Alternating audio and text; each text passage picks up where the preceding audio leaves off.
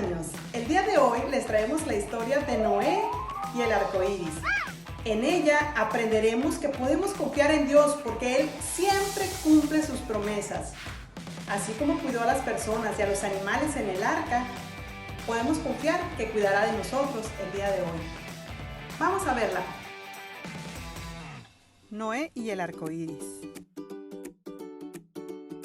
Mi arco he puesto en las nubes, el cual será por señal del pacto entre mí y la tierra. Génesis 9:13. Podemos confiar en Dios porque siempre cumple sus promesas. Noé era un buen hombre que amaba y obedecía a Dios. Pero mucha gente no obedecía a Dios. Por eso Dios decidió castigar a la gente que no lo obedecía con un diluvio. Así que le dijo a Noé que construyera un arca para que se salvaran él, su familia y muchos animales.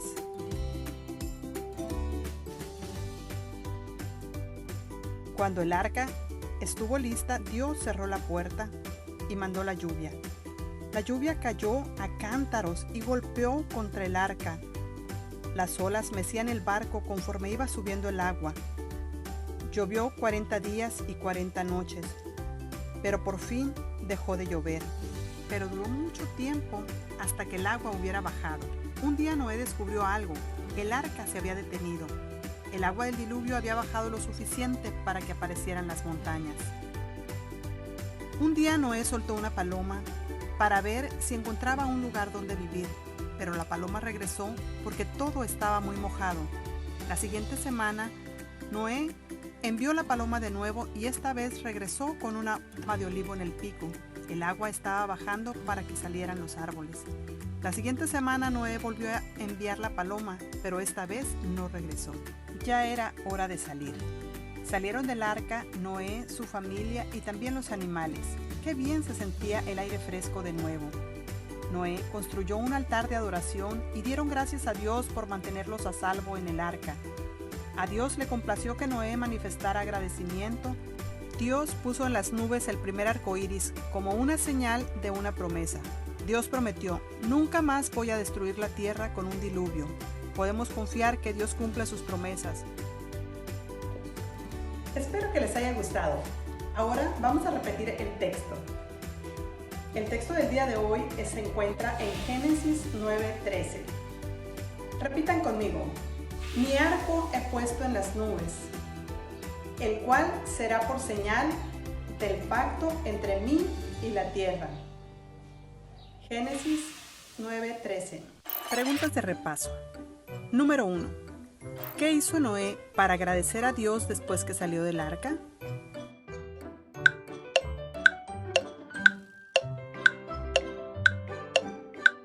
Correcto, construyó un altar y adoró. Número 2. ¿Qué promesa hizo Dios?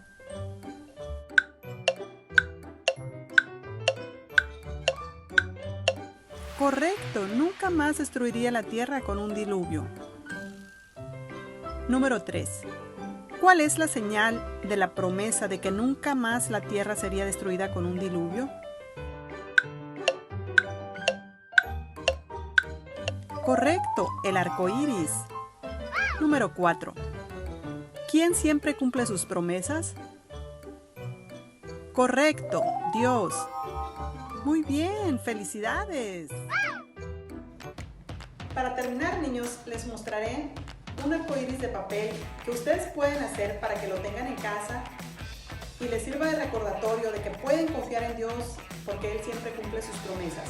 Es muy sencillo de hacer, solo necesitan un pequeño palito y listones o tiras de papel de colores.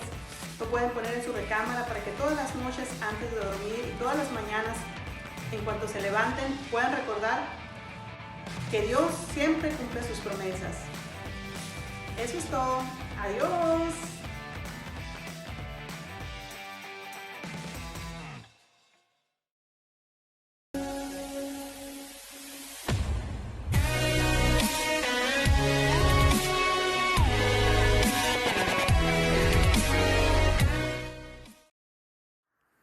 Qué alegría es poder interactuar con ustedes a través de estos medios y llegar con el mensaje del Evangelio a su familia, a su casa, a su hogar, a su corazón, y confiar que esas peticiones que presentamos previamente a Dios de que esta palabra fuera de bendición, realmente lo será para cada uno de ustedes.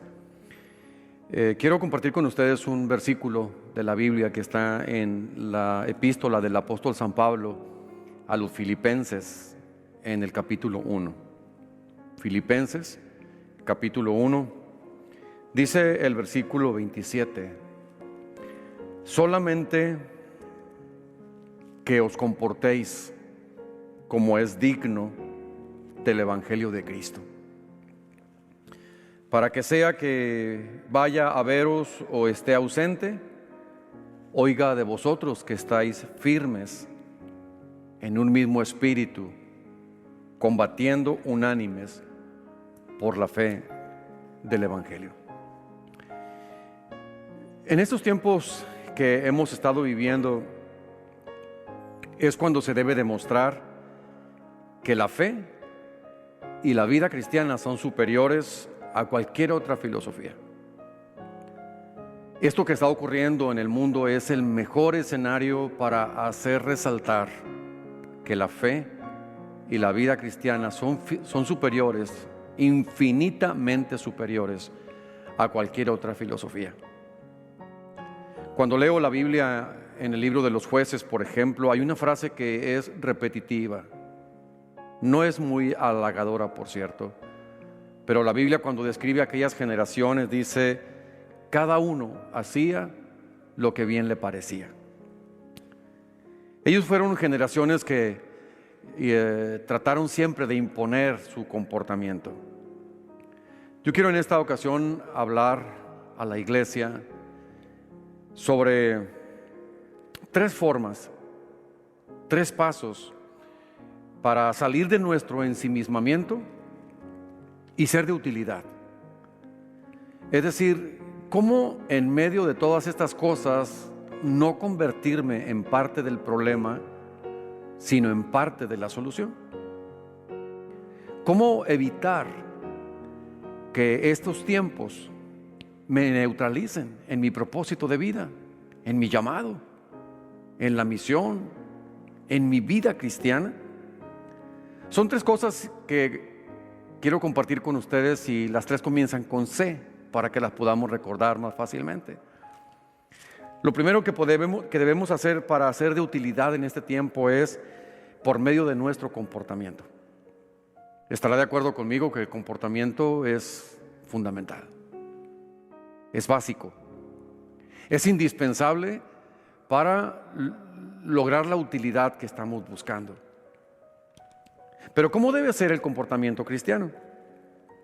Fíjense que Pablo consideraba que el comportamiento era tan importante porque de esa manera los filipenses darían testimonio a aquellos que los observaban. Y Pablo le dice a los filipenses: solamente que os comportéis como es digno del Evangelio de Cristo. ¿Se da cuenta cómo el apóstol Pablo resume todo el deber cristiano diciéndoles: compórtate como es digno del Evangelio de Jesús? Entonces él pone por delante ese deber y le dice: solamente que os comportéis como es digno del Evangelio de Jesús.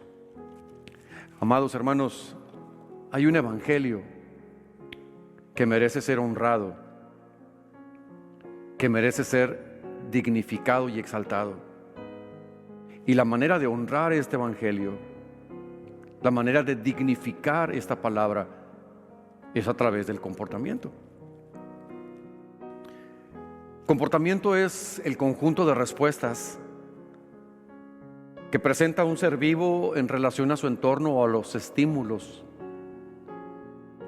Y esas respuestas que nosotros damos a los estímulos es llamado comportamiento.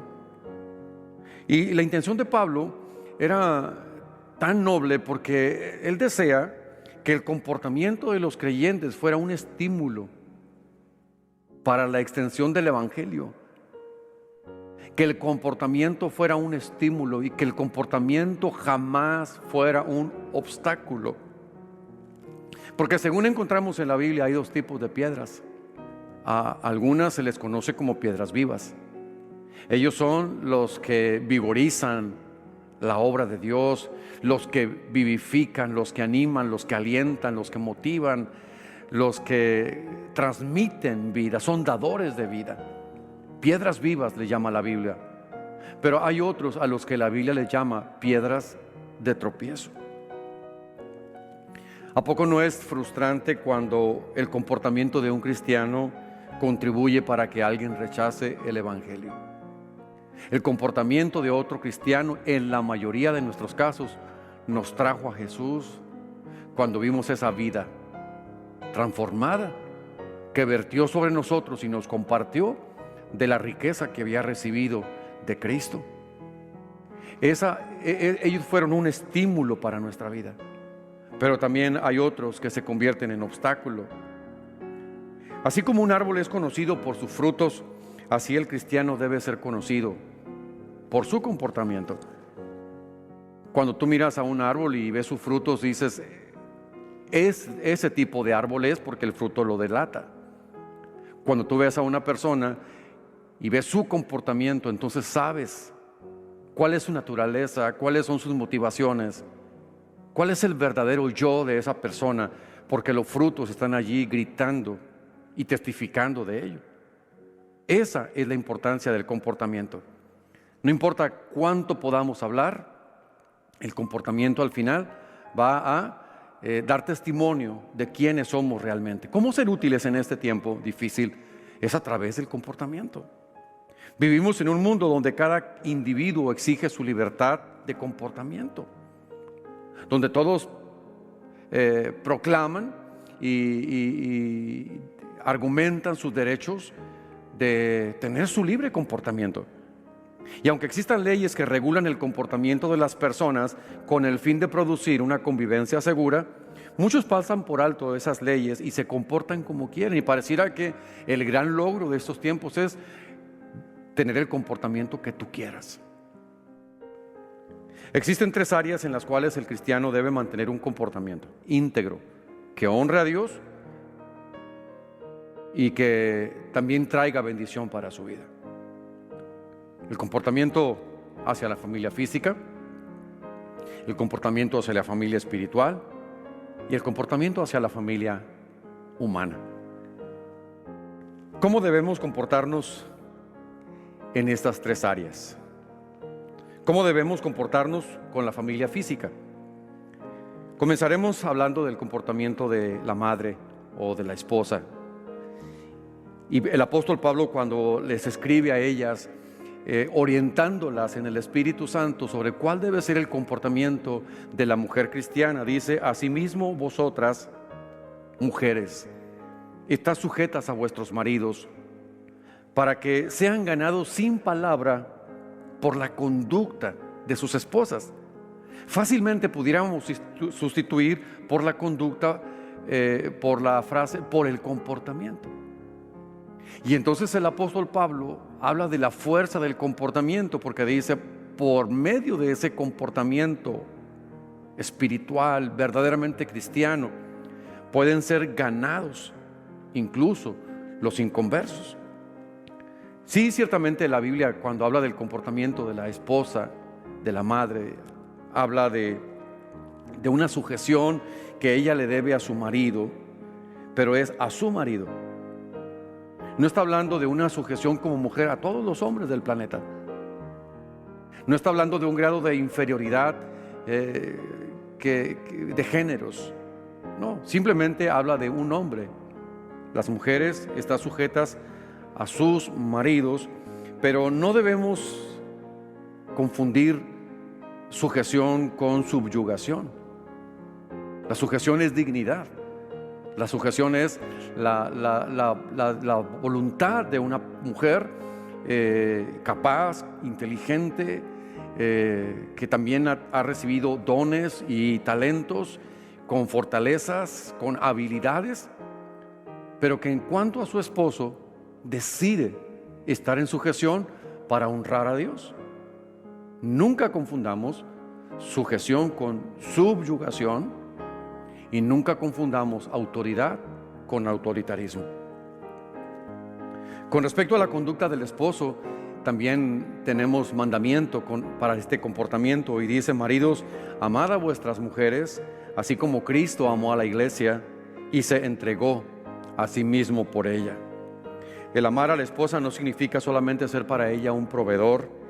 El amor de un esposo hacia su esposa debe ir hasta el punto de poner el bienestar de ella por encima del propio, exactamente como lo hizo Jesucristo. Hay un mandamiento acerca del comportamiento de la mujer, hay mandamiento acerca del comportamiento del hombre, pero también hay mandamiento acerca del comportamiento de los hijos. Pablo dice al respecto: hijos, obedeced en el Señor a vuestros padres, porque esto es justo. Honra a tu padre y a tu madre, que es el primer mandamiento con promesa, para que te vaya bien y seas de larga vida sobre la tierra. Así o más claro. Dice el apóstol Pablo que cuando los hijos tengan ese comportamiento de honrar a sus padres, les irá bien y serán de larga vida sobre la tierra. El comportamiento de los hijos dentro de la familia incluye obedecer y honrar a los padres, siempre y cuando esa obediencia hacia los padres nunca contradiga la voluntad de Dios. Y por otra parte, la honra a los padres debe mantenerse durante toda la vida, aun cuando ya no se viva dentro del hogar. La honra es un mandamiento que no termina con el matrimonio de los hijos, con la distancia, con la separación. La honra de los hijos hacia los padres es algo que está establecido para siempre. Cuando los hijos cumplen con sus deberes hacia los padres, son bendecidos por Dios con largura y calidad de vida. Honra a tu padre y a tu madre. La honra incluye respeto hacia la persona de los padres, aunque estos sean difíciles o sufran incluso alguna enfermedad mental degenerativa. Hay un comportamiento que la Biblia establece dentro de la familia física. Hay un comportamiento que la Biblia establece dentro de la familia espiritual. Y el apóstol Pablo, cuando escribe a la iglesia en Roma, le dice: amaos los unos a los otros, con amor fraternal, en cuanto a honra, prefiriéndoos los unos a los otros. Para el apóstol no era ningún problema el decir insistentemente, recordarnos a la iglesia nuestro comportamiento, nuestro deber para con la familia espiritual. Y comienza con lo más importante: ámense los unos a los otros. Debemos honrar a cada hermano dentro del cuerpo de Cristo, independientemente de su condición física, social o económica. Otra conducta que habla del comportamiento dentro de la familia espiritual es compartiendo para las necesidades de los santos. No podemos cerrar nuestros ojos a las necesidades del hermano, ya sean físicas o espirituales. Desde el punto en el que nosotros tenemos conocimiento o estamos conscientes de alguna necesidad de alguien que pertenece a la familia espiritual, somos responsables. Por alguna razón Dios permitió que nosotros lo supiéramos. Si es una necesidad física, si es una necesidad espiritual. Y a mí me encanta cuando la Biblia menciona, y en esa postura paternal en la que Dios se manifiesta a nosotros, dice: comparte, comparte. No necesariamente está diciendo quédate sin nada, pero Él está diciendo, pero de lo que tienes, comparte. Y si Dios dice que compartamos, es porque Él está consciente y Él sabe cosas que no sabemos. Él sabe que más bienaventurada cosa es dar que recibir. Él sabe también que cómo trabajar con nuestro corazón. Dígame si no es cierto que usted como padre fomentaba eso entre sus hijos, y hablábamos con los hijos del compartir, del ayudarse, del prestarse una cosa, del compartir de lo que se tiene. Y cuando veíamos eso como instalado ya en el comportamiento de los hijos, nos gozábamos, y nos gozamos aún cuando vemos a nuestros hijos compartir. Pueden imaginar, hermanos queridos, el gozo que experimenta Dios cuando ve a sus hijos, a la familia espiritual, compartiendo, porque nuestro Padre así nos ha enseñado. La Biblia dice que de tal manera amó Dios al mundo que dio. Y no tenemos mayor ejemplo de un corazón que comparte como lo es el corazón de nuestro Dios. Otra conducta importante dentro del cuerpo de la familia espiritual es la unidad. Y Pablo le dice: unánimes entre vosotros, porque la unidad entre hermanos es vital, porque en ella se origina poder para vencer cualquier obstáculo que se presente. Mejores son dos que uno. La Biblia habla fuertemente del principio de la unidad y de esa sinergia que surge del acuerdo. ¿Sabe por qué a través de miles de años la iglesia ha prevalecido a través de los ataques que ha recibido, de las intenciones del maligno, de su destrucción y de desaparecerla de la historia? Ha sido por la unidad. La unidad ha hecho posible que se cumplan esas maravillosas palabras de Jesús cuando dijo: ni las puertas mismas del infierno van a prevalecer contra ella. Tenemos un deber de comportamiento con la familia física, somos responsables de ese comportamiento. Tenemos un deber de comportamiento con la familia espiritual, con la familia de la fe, con los hermanos en Cristo, con la iglesia. Pero también tenemos un deber de comportamiento con la familia humana. Todos somos descendientes de una pareja inicial. Nuestros primeros padres, Adán y Eva, y de allí la tierra se ha poblado y todos tenemos un mismo origen. Pertenecemos a la familia humana y para con ellos hay un deber de comportamiento. El apóstol Pablo, cuando hablaba a la iglesia acerca de ese deber que tenían para con los de fuera, para con la familia humana, decía: no paguéis a nadie mal por mal, procurad lo bueno delante de todos los hombres.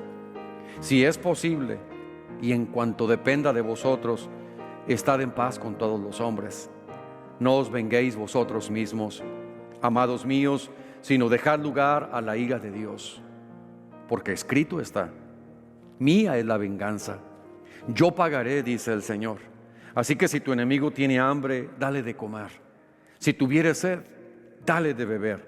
Pues haciendo esto, ascuas de fuego amontonará sobre su cabeza. No seas vencido de lo malo, sino vence con el bien el mal. Un deber de comportamiento que debemos observar para con la familia humana consiste en no pagar con la misma moneda. No somos tan pobres, hermanos, como para pagar con la misma moneda, sino que Dios dice en este pasaje de nuestro deber de comportamiento para con la familia humana, que le paguemos con una moneda de mayor valor en el sentido espiritual. Nuestro deber es estar en paz con todos mientras dependa de nosotros. La Biblia dice que nosotros no somos hijos de ira, sino hijos de paz. La Biblia dice que no debemos vengarnos, lo cual es muy común en nuestros días, sino que dice la Biblia que paguemos con bien el mal que se nos haga. El Evangelio de Cristo es poder de Dios. Y una vida cambiada en su comportamiento evidencia que el poder del Evangelio hizo una obra poderosa. La mejor manera de honrar el Evangelio es cuando nosotros, a través de nuestra vida, damos testimonio con un comportamiento digno del Evangelio. Y todos debemos preguntarnos si mi comportamiento, tanto en la familia física, como en la familia espiritual, como en la familia humana, es digna del Evangelio de Jesús. Pablo habla a los filipenses acerca de la posibilidad de ir, no está seguro de eso. Dice: quizá podré vivir, quizá sea que muera, quizás sea que vaya a vosotros o no, pero si él llegara a ir con los filipenses, seguramente que la presencia del apóstol haría que ellos se comportaran de mejor manera. Pero eso no es lo que el apóstol Pablo desea. Él no quiere solamente que ellos actúen o representen un comportamiento cristiano. Pablo quiere que vivan el comportamiento cristiano. Y él desea que se porten dignamente en todo tiempo, no solamente en su presencia. Porque la meta de un maestro no es que su discípulo viva su enseñanza solamente cuando él está presente. La meta última de un maestro es que su discípulo viva en todo tiempo, en su presencia o en su ausencia, la enseñanza que ha recibido. Porque entonces el comportamiento evidencia que se han absorbido, que se han instalado, que se han implantado las enseñanzas de Jesús en nuestras vidas. Si los filipenses dependían de la presencia de Pablo para caminar dignamente como cristianos, entonces Pablo podría considerarse como un fracasado. Si ellos dependen de que esté el apóstol para conducirse como cristianos, entonces Pablo podría considerarse como un fracasado en su trabajo. ¿Sabe que la mejor manera de defender la fe es viviéndola? Nadie puede refutar una vida que da testimonio de a quién sirve, a quién pertenece. Definitivamente, la forma más efectiva de impactar a otros es por medio del comportamiento. Estamos siendo observados, hay muchos ojos a nuestro alrededor.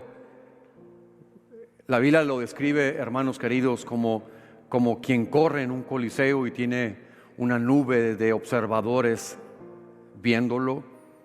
La forma más efectiva de ser útiles a Dios en estos tiempos es por medio del comportamiento, porque el reino de los cielos no consiste tanto en palabras, sino en una vida que da testimonio del poder y de la efectividad del Evangelio. Alguien dijo que el mundo no puede ver a Dios, pero sí puede vernos a nosotros. Permita a Dios que al vernos a nosotros puedan ver a Dios. Como el profeta Samuel, que habiendo caminado con Dios, llega el momento de despedirse del pueblo al que ha servido, y es una asamblea impresionante la que están allí reunidos. Y dice la Biblia que cuando Samuel comenzó su discurso, dijo: desde que yo era joven y hasta la fecha he sido el jefe de ustedes, pero ya estoy viejo. Ha llegado el momento de que delante de Dios y de su rey me digan cómo me he comportado, con quién he sido injusto, a quién le he quitado algo con engaños o a la fuerza, de quién he recibido dinero para cometer injusticias, a quién le he robado su buey o su burro. Si algo de esto he cometido contra cualquiera de ustedes, este es el momento de decirlo. Este es el momento de acusarme. Así pagaré mis deudas. Qué impresionante es este momento. Toda una vida delante de ese pueblo. Samuel se ha conducido en integridad delante de Dios. Ha cuidado mucho su comportamiento. Y ahora lo presenta ante esta multitud diciendo: si he dañado a alguien, si he ofendido a alguien, si he violentado a alguien, si me he aprovechado de mi posición o de mi influencia, si algo he tomado a la fuerza, este es el momento de que ustedes lo puedan decir. Y entonces dice la Biblia que ellos respondieron: jamás nos has robado, jamás nos engañaste, ni aceptaste nunca dinero para cometer injusticias. ¿Puede verlo? ¿Puede ver usted allí la fuerza del comportamiento? de un hombre que ha caminado con Dios y que ahora presenta su vida y su comportamiento y no encuentra objeción sino reconocimientos. Y qué satisfacción debe haber sido para el espíritu de Samuel cuando ellos respondieron: jamás. Tu comportamiento ha sido muy parecido al comportamiento de Dios. Esta, hermanos amados, es la fuerza del comportamiento. Eso es lo que va a impactar a tus hijos. Eso es lo que verdaderamente va a impactar a tu familia inconversa. Eso es lo que verdaderamente va a impactar a tus compañeros del trabajo. Eso es lo que dejará una huella en aquellas personas que pasan por tu vida. Cuando Esteban fue arrestado, dice la Biblia que fue llevado al concilio. Es un momento muy tenso. Es un hilo muy delgado. Esteban sabe perfectamente lo que puede pasar. Y entonces es llevado para que dé razón de su fe. Y dice la Biblia, entonces todos, esto es impresionante, hermanos, todos los que estaban sentados en el concilio, al fijar sus ojos en él, vieron su rostro como el rostro de un ángel. No fue la imaginación de uno. No fueron 2 o 3. Creo que nunca el concilio tuvo una asistencia tan numerosa como en esa ocasión. Y dice la Biblia, todos, al fijar sus ojos en él, vieron su rostro como el rostro de un ángel. Esteban, tan lleno de Dios, tan lleno del Espíritu, en ese momento de un comportamiento verdaderamente cristiano, cuando la gente mira su rostro, como no saben cómo describir lo que están viendo y lo que están percibiendo, dicen como si su rostro fuera el de un ángel. Pero yo estoy convencido que era el reflejo de Dios en su rostro, dando testimonio del comportamiento de su siervo. O como Pablo, cuyo comportamiento honró a Dios, su vida, sus palabras, su dedicación, su compromiso, y tuvo el atrevimiento espiritual de decirles: sean imitadores de mí, como yo lo soy de Cristo. Y definitivamente nuestro mayor referente es Jesucristo, quien pudo decir con plena certeza a todos sus acusadores: ¿quién de vosotros me redarguye de pecado?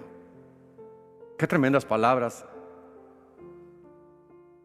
Exponerse de esa manera, casi como mostrarte tan vulnerable ante el daño de los demás. Pero Jesús había tenido un comportamiento intachable que honraba al Padre, porque no hacía lo que Él quería, sino lo que el Padre le decía. Y al final poder decir: ¿quién de vosotros me redarguye de pecado? La mayor utilidad, la más fuerte utilidad que podremos experimentar es a través de un comportamiento digno, decía el apóstol Pablo, digno del Evangelio. Hermanos, durante estos tiempos yo le animo, yo le encomiendo, yo le suplico: vivamos como es digno del Evangelio. Así que la primera cosa que tenemos que hacer para ser más útiles es practicar, trabajar sobre nuestro comportamiento. La segunda cosa con la que tenemos que trabajar para ser más útiles en todo tiempo es practicar el contentamiento. El contentamiento, hermanos, si esto puede servirle de descanso o de consuelo, el contentamiento no es algo natural en nosotros. No lo es.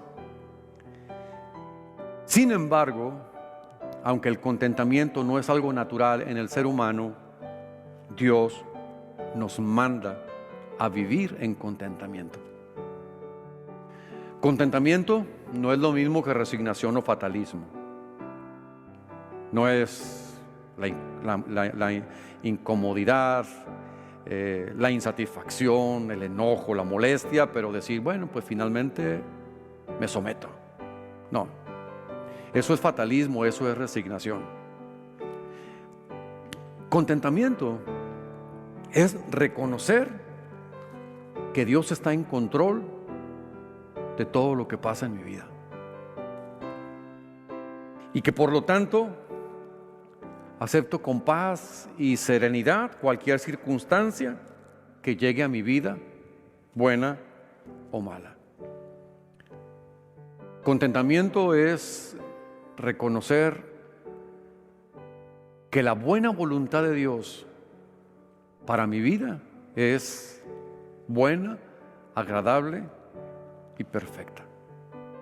Contentamiento, hermanos queridos, es estar por encima de las circunstancias. Vivir por encima de las circunstancias. Contentamiento es no ligarme a los acontecimientos o a los problemas. Alguien dijo que lo que nos hace felices o desdichados no son las circunstancias, sino nuestra actitud ante ellas. Hoy en día estamos viviendo en la era del miedo. Se le teme a la muerte, a la enfermedad, a la vejez, a la soledad, a la pobreza y a muchas otras cosas. Es decir, siempre, hermanos, siempre tendremos motivos para estar inconformes o molestos. Siempre habrá un pero. Siempre nos faltará algo. Siempre nos pasará algo. Siempre tendremos motivos para estar inconformes y molestos, pero si nos enfocamos en ello, en esas cosas que siempre existirán y nos acontecerán, eso nos va a restar utilidad. Por ejemplo, yo conozco a un hombre muy útil, muy capaz, con unos dones de parte de Dios impresionantes. Es más, él predicó a una ciudad y toda la ciudad se volvió en arrepentimiento al Señor. ¿Se da cuenta de la capacidad de este ministerio y de la unción y de los talentos de este hombre? Pero mire que un día está debajo de una calabacera y se secó. Esa calabacera que con su sombra le daba descanso se secó y él está muy molesto por lo que no tiene, por lo que le falta. Y entonces estaba tan molesto que deseaba morirse. Y si se hubiera muerto, pues ya no sería útil para estos propósitos debajo del sol. Fíjese cómo el no practicar el contentamiento puede frustrarnos y restarnos utilidad. Si usted no está practicando el contentamiento en esta etapa de su vida, en este tiempo por el que estamos viviendo, déjeme decirle, se está restando a sí mismo utilidad. Dele gracias a Dios, exalte su nombre, bendígalo por todo lo que sí tiene. Hagamos como decía el apóstol Pablo y le recordaba a Timoteo cuando le decía, porque nada hemos traído a este mundo y sin duda nada podremos sacar. Así que teniendo sustento y abrigo, estemos contentos con esto. Y cuando escribía a los filipenses les decía, no lo digo porque tenga escasez, pues he aprendido a contentarme cualquiera que sea mi situación. Sé vivir humildemente y sé tener abundancia. En todo y por todo estoy enseñado, así para estar saciado como para tener hambre, así para tener abundancia como para padecer necesidad. Luego retoma su enseñanza a Timoteo y le dice, pero gran ganancia es la piedad acompañada de contentamiento. Pablo está diciendo, hermanos, a Timoteo que uno de los mayores logros que el cristiano pueda experimentar es vivir la vida cristiana, pero acompañada de contentamiento. El contentamiento, hermanos, es algo que tenemos que aprender a desarrollar, porque de esa manera nos mantendremos en altos grados de utilidad delante de Dios. Y decía el apóstol Pablo a los Corintios, por lo cual, por amor a Cristo, Por amor a Cristo me gozo en las debilidades, en afrentas, en necesidades, en persecuciones, en angustias, porque cuando soy débil, entonces soy fuerte. Y las palabras de Jesús resuenan todavía. Por nada estéis afanosos. No os afanéis por vuestra vida. ¿Qué habéis de comer o qué habéis de beber? Ni por vuestro cuerpo, ¿qué habéis de vestir? ¿No es la vida más que el alimento y el cuerpo más que el vestido? Esta semana yo leía las palabras de uno de los discípulos de Jesús como nunca antes. En Juan capítulo 14, Jesús está hablando y ellos preguntan. Ellos no entienden lo que Jesús les está diciendo en ese momento, y Felipe le dijo: Señor, muéstranos al Padre y nos basta. ¿Cómo llegar a esa orilla última, hermanos, como llegó Felipe, de decirle al Señor: solo muéstranos al Padre, y eso no será suficiente? Felipe está poniendo aquí la revelación del Padre a su vida como lo máximo, como lo más alto, como el logro supremo. Solamente muéstranos al Padre y eso nos basta. Con eso estaré contento, con eso me sentiré pleno, con eso estaré satisfecho. La pregunta para nosotros es: ¿no se ha mostrado ya Dios en nuestra vida?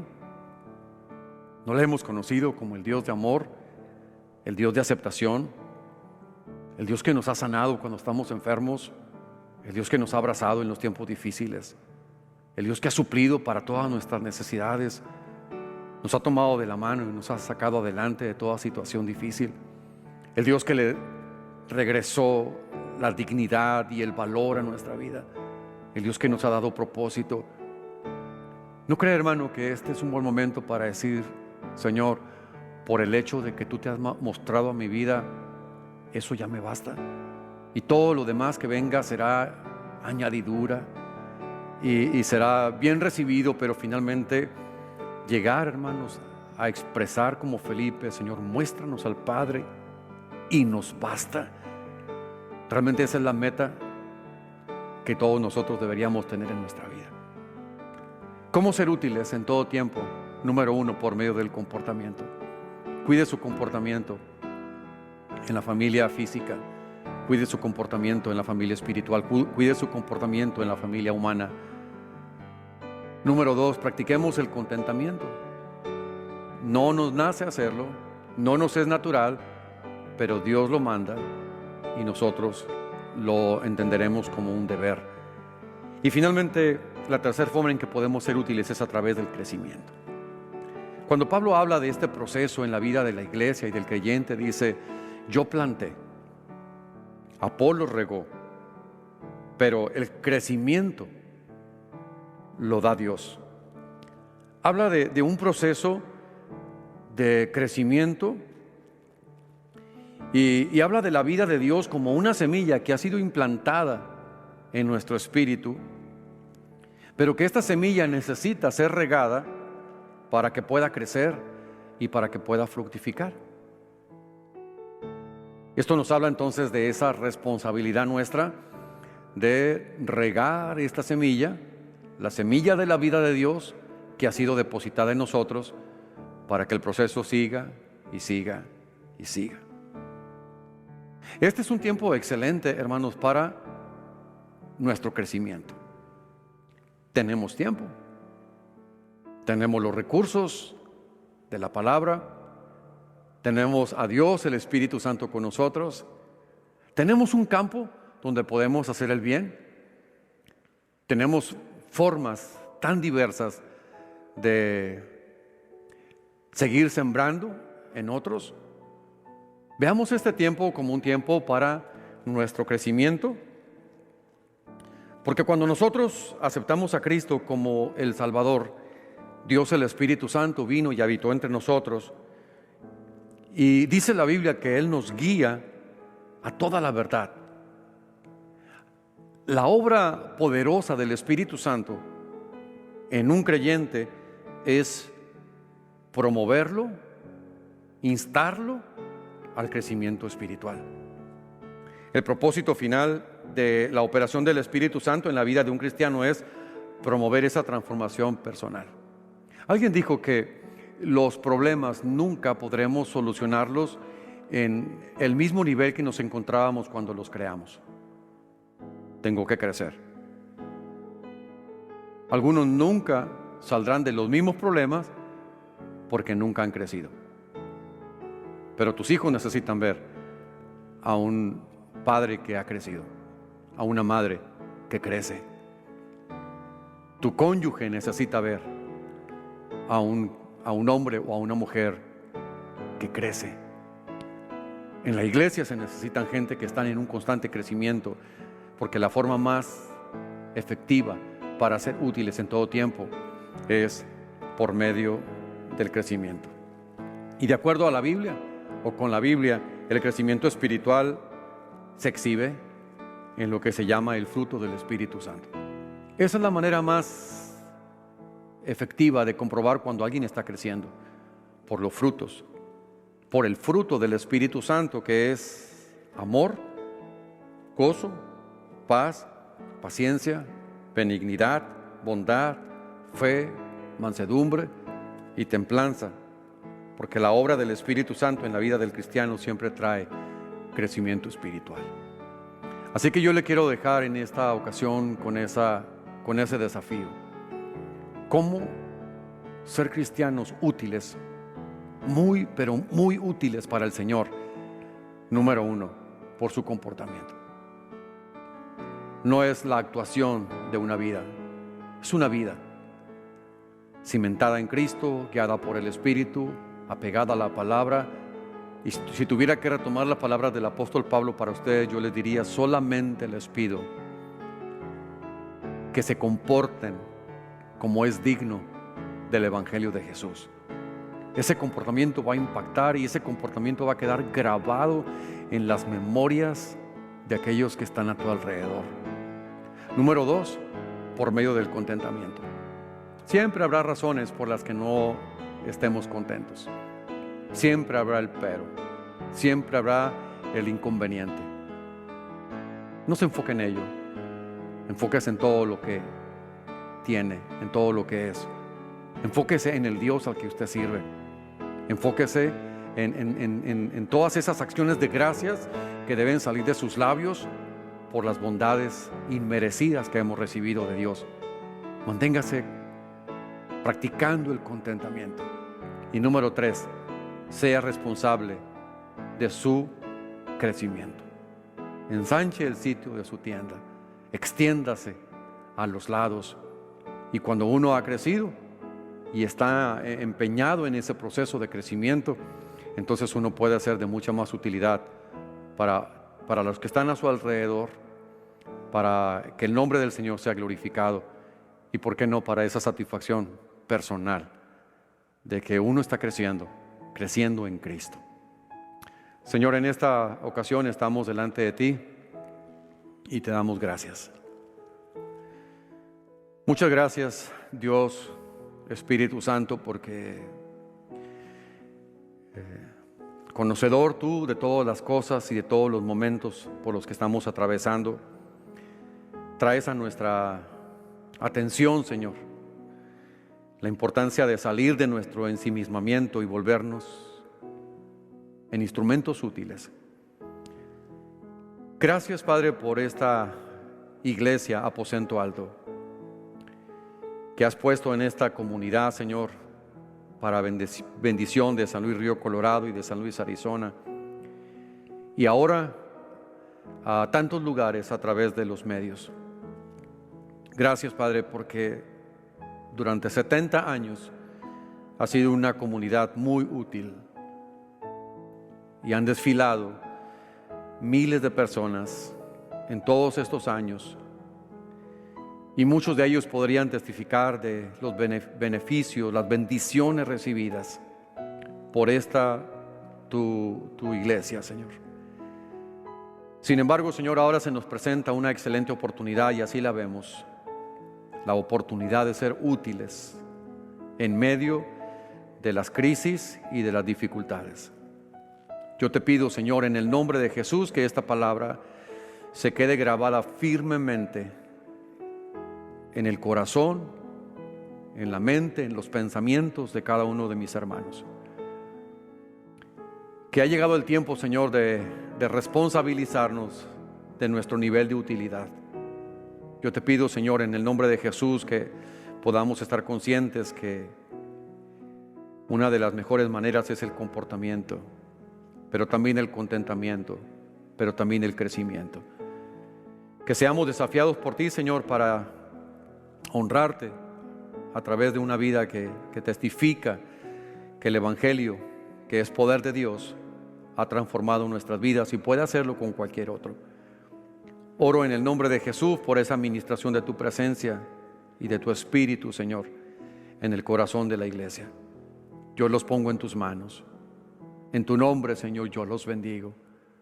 Suplico e invoco tu bendición sobre ellos, sobre sus casas, sobre sus alacenas, sobre sus recursos, sobre su salud, sobre su estabilidad, sobre su provisión, sobre su paz. Les pongo en tus manos, Señor, y te doy gracias porque eres el Dios que hasta aquí nos has traído y eres el mismo que sacarás a tu pueblo victorioso, Señor.